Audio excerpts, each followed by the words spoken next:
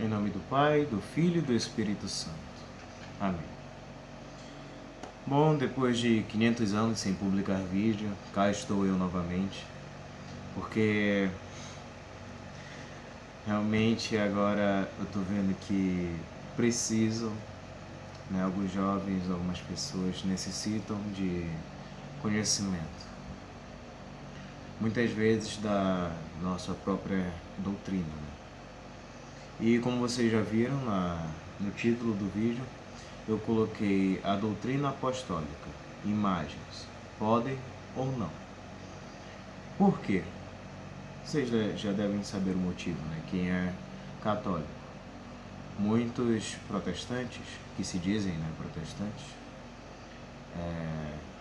vão contra isso, utilizam aquela famosa passagem bíblica, e em que tanto realmente os protestantes de verdade, que vieram a partir de Lutero e de Calvin, eles tinham imagens, continham essas imagens. Então, hoje em dia está bem mudado, tudo está tão espalhado assim, tão quebrado, mas eu estou vindo aqui para explicar. Começando por aquela citação, caso você tenha a Bíblia, é melhor, pegue aí.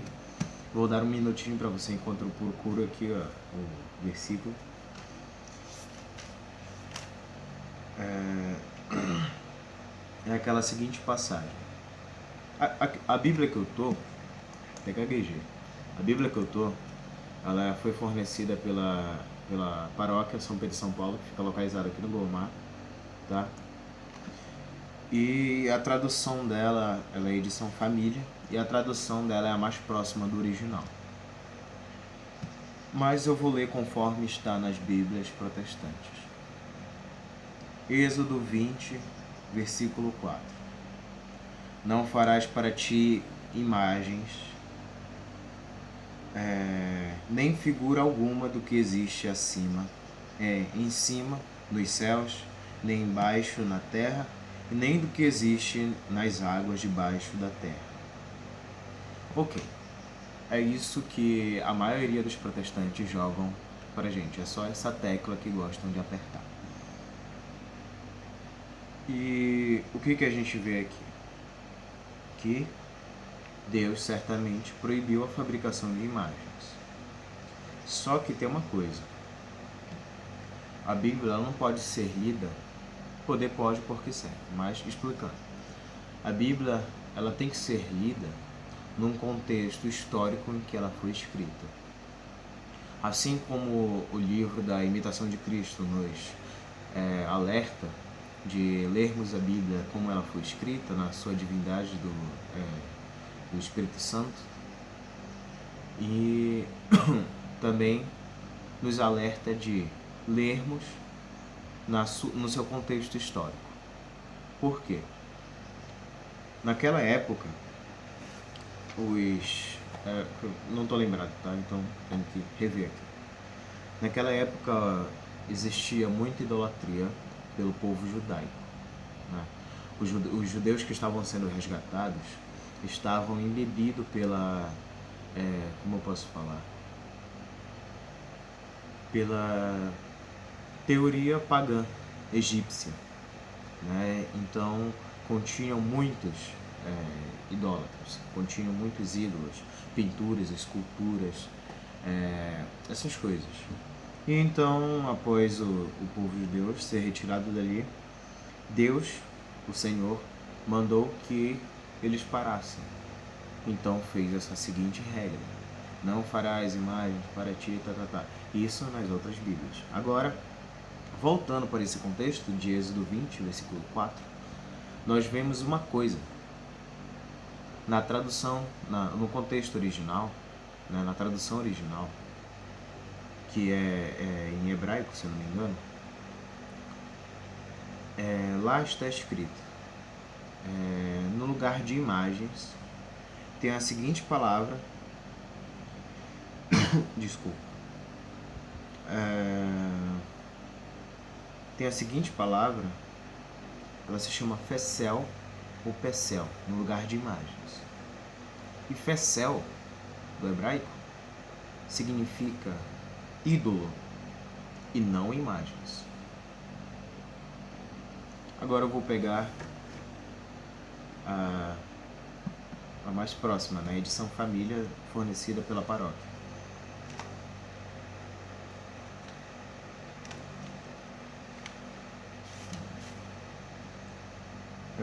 Não farás para ti ídolos, nem figura alguma do que existe em cima nos céus, nem embaixo na terra, nem do que existe nas águas debaixo da terra. Está aqui, tá? E a gente percebe o quê? Por que eu estou falando isso? Porque se virarmos a página um pouquinho, nós vamos perceber que em Êxodo 25:18, se nós formos pegar lá em Êxodo 25:18, nós veremos o quê? Deus, né? Moisés suplica pelo povo ao Senhor. Depois disso, Deus manda que faça a Arca da Aliança. E o que contém na Arca da Aliança? Lá em 25:18 fala, Deus manda, né? Farás 2 querubins de ouro polido nas 2 extremidades do propiciatório, um de um lado e outro do outro lado, de modo que os querubins estejam nos 2 extremos do propiciatório. Aí, se formos ler comumente, nós vamos dizer que Deus está se contradizendo, não é verdade? Por quê? Ele manda não fazer imagens, logo depois manda fazer? Está se contradizendo, na verdade? Não. Por quê? A tradução original, Fecel, significa ídolo e não imagem. Essa tradução, ela de imagem, né? A tradução da palavra imagem na localidade Fecel, localidade não, na palavra Fecel, ela foi feita pela tradução de comunidades protestantes. Tá? Ela foi feita pelas comunidades protestantes e foi colocado a palavra imagem. Para você ver como uma simples palavra sequer, muda todo o contexto. Viu? Quando eu coloquei imagem, e lemos logo mais à frente, quando Deus manda fazer uma imagem, nós dizemos que Deus está errado, está se contradizendo. Mas não é isso. Ou seja, não é imagem, é ídolos de escultura. Para comprovarmos que Deus está falando sobre ídolos, né, nós vamos pegar a idolatria pagã da época. Que idolatria pagã era essa? Dos egípcios. Eu vou citar alguns deuses aqui que eu anotei, tá? São vários, mas eu anotei 2 ou 1 de cada, né? E vou começar pelos que estavam no céu. Ra ou Re, criador dos deuses e da ordem divina egípcia, representado por um falcão com um corpo humano. Já vemos aí um falcão, né, nos céus. Ele era representado com um corpo humanizado, certo? Ele é um deus falcão da época. Ibis, uma ave penalta de bico longo e recurvado, encarnação do deus Tote. Eu vou colocar a imagem dos dois, do deus Tote aqui em cima e da ave penalta aqui, que é a Ibis, tá?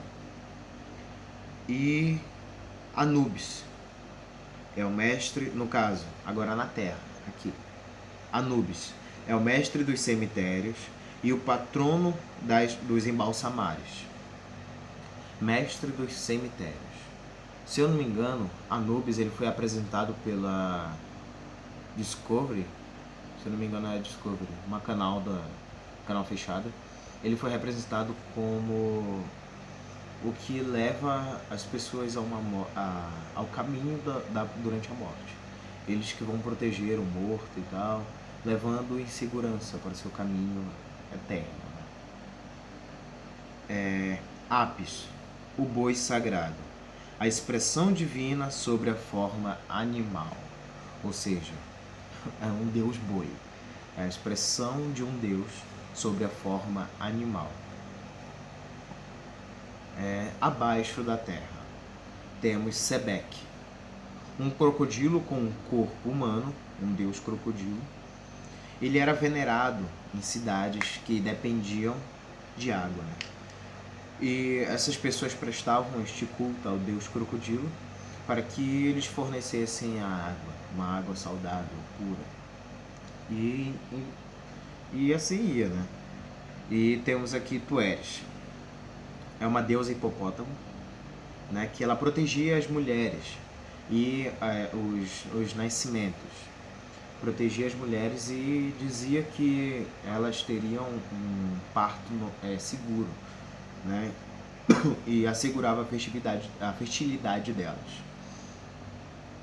E como é que a gente vai provar isso? Né? Que eram realmente outros deuses. Se nós pegarmos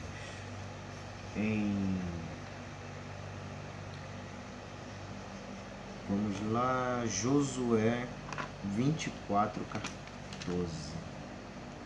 Número Josué 24:14.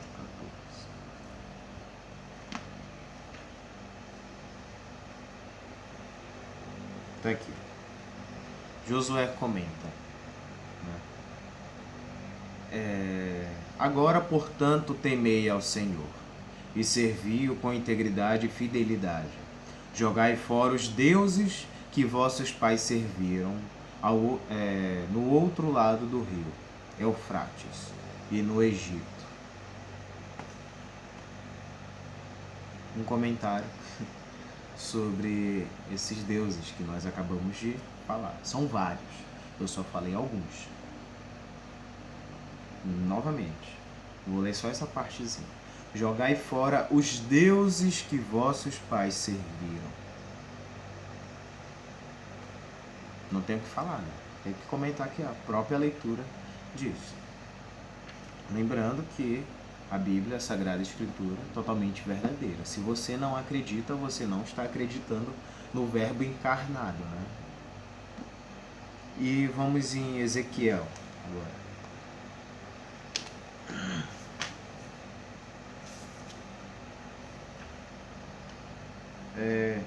Ezequiel 8:8. Cadê? Ezequiel 8:8. Ele me disse: filho de homem, atravessa o muro. Eu atravessei o muro e vi uma entrada. Ele me disse: entre e vê as execráveis abominações que aqui praticam. Eu entrei e vi toda espécie de figuras de répteis e de animais detestáveis, e de toda sorte de ídolos da casa de Israel, gravado em volta das paredes.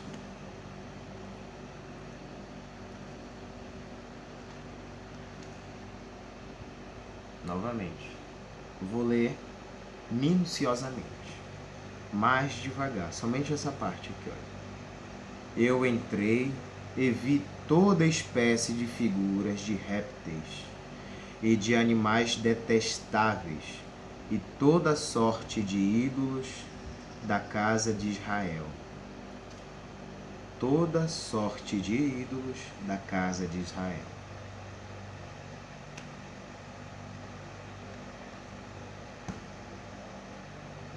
Novamente,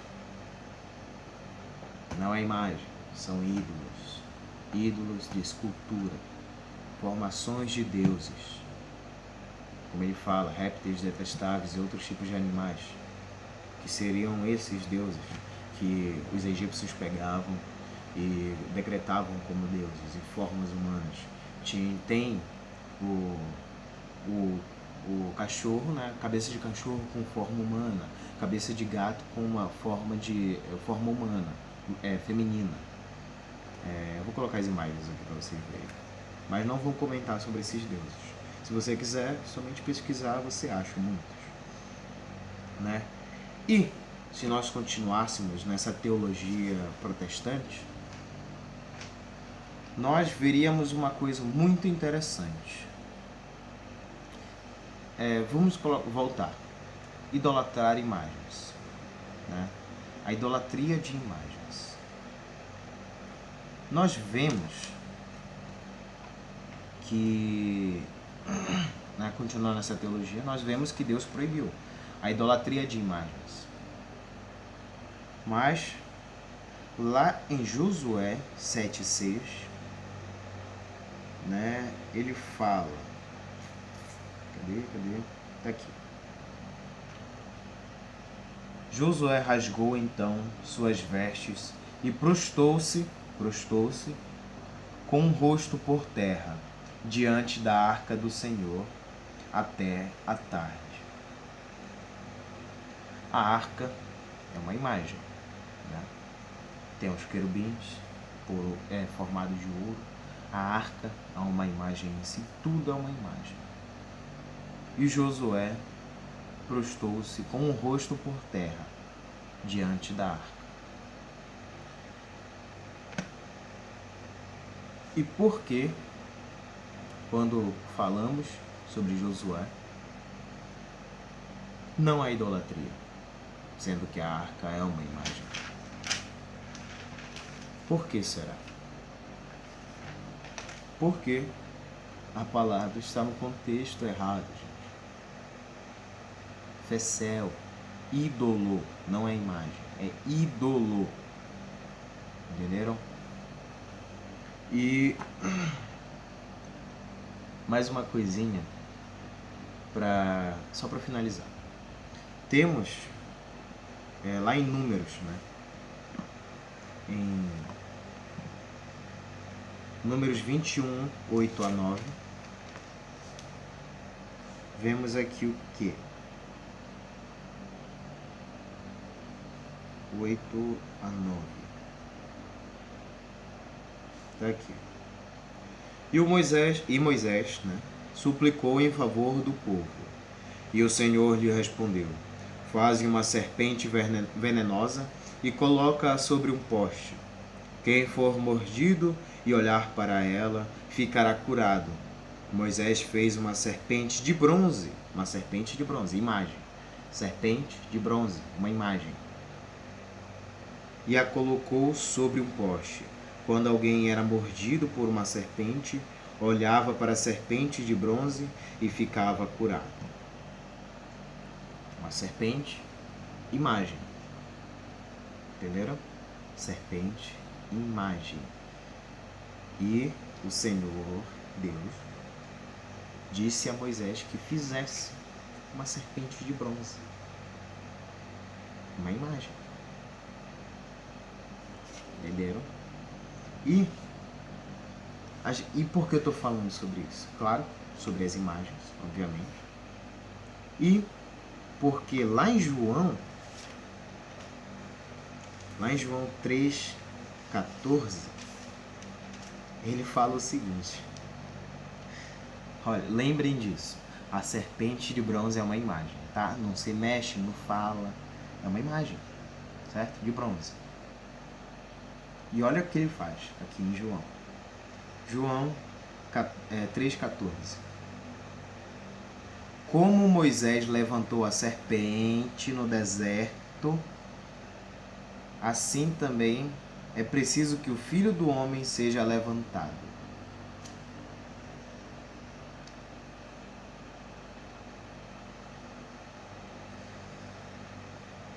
Aqui em João foi comparado a serpente no deserto com a crucificação do homem, né? A crucificação do Filho do Homem.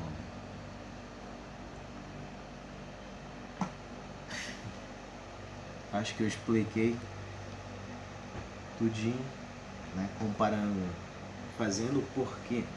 Porque eu coloquei parte 1 nesse vídeo porque são muitas outras coisas que eu tenho a falar a respeito. Então, tenham um ótimo dia, fiquem com Deus. E encerremos por aqui o nosso encontro em nome do Pai, do Filho e do Espírito Santo. Amém.